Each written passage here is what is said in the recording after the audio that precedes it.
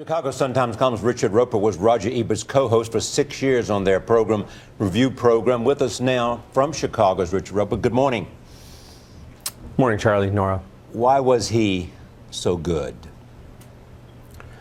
Because he had an enormous, endless knowledge of cinema, but a beautiful ability to talk to us like we were having a conversation at the diner right after the movie. Such a great conversational style, Charlie, and I think that just appealed universally across spans of generations. What was it like to work with him? Working with him was a blast. It was like winning the movie lottery every week. I got to watch more than 1,000 movies with Roger Ebert and then argue with him about more than 1,000 movies. And whether it was something like Jackass that we saw right there or some great piece of cinema from Martin Scorsese, he was equally passionate about the movies he loved, and we almost had more fun batting around the movies we hated.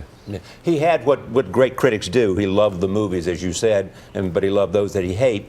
How influential were his reviews and the television program that they had, the syndicated program?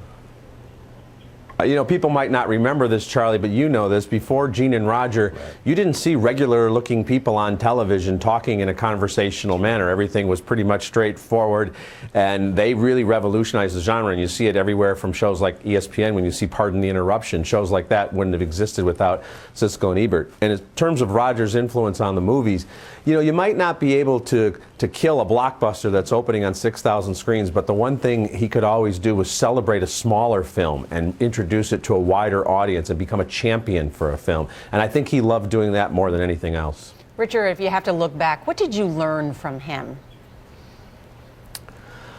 I learned to root for every single movie before it started and to be completely honest about the movie after it ended. The one thing about Roger and Gene, you know, as you know, they always kept the show here in Chicago, and I think that was such a smart thing to do. They never reviewed movies for other critics or for Hollywood. They reviewed movies for the people who were watching their show and the people that were going to spend the $10 to see that movie that weekend. Richard, thank you for coming in this morning.